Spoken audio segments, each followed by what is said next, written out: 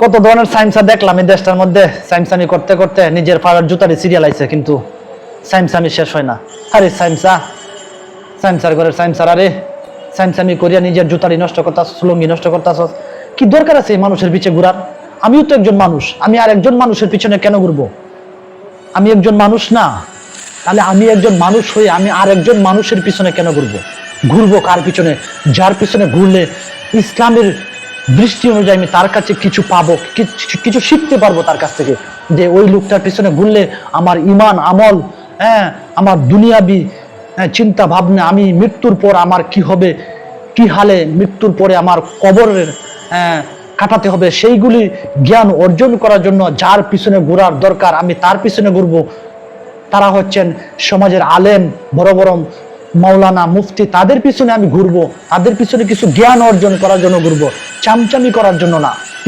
বর্তমান সময়ে নেতাদের পিছনে অনেকেই ঘুরে ঘুরে ঘুরে চামচামি করে পদ পাওয়ার জন্য, এই বিভিন্ন ধরনের এই পাওয়ার জন্য, টাকা পয়সা পাওয়ার জন্য, বিভিন্ন ধরনের এই যে সরকারি মালামাল পাওয়ার জন্য চামচামি করে ঘুরে বেড়ায়। আসলে এইগুলি হচ্ছে বর্তমান সময়ের জন্য একটা মানে অযথা। এগুলা কি মাল দিবে আর কি নিবে? আপনি একজন ভালো মানুষ, আপনি একজন সচল মানুষ, আপনি একজন কর্মঠ মানুষ, আপনি কেন আরেকজনের পিছনে ঘুরবেন? আপনার ঘোরার কি সময় আছে? আপনার নিজের পিছনে ঘুরেন, নিজেকে সময় দেন, নিজেকে প্রতিষ্ঠিত করার জন্য নিজেকে সময় দেন, নিজের প্রতি আকৃষ্ট হন, তাহলেই দেখবেন যে আপনার কারো পিছিয়ে ঘুরতে হবে না। আগে নিজের প্রতি আকৃষ্ট হন, যে আমি, সবাই পারে, আমি কেন পারবো না? অবশ্যই আপনাকে পারতে হবে, আপনি পারার চেষ্টা করতে হবে।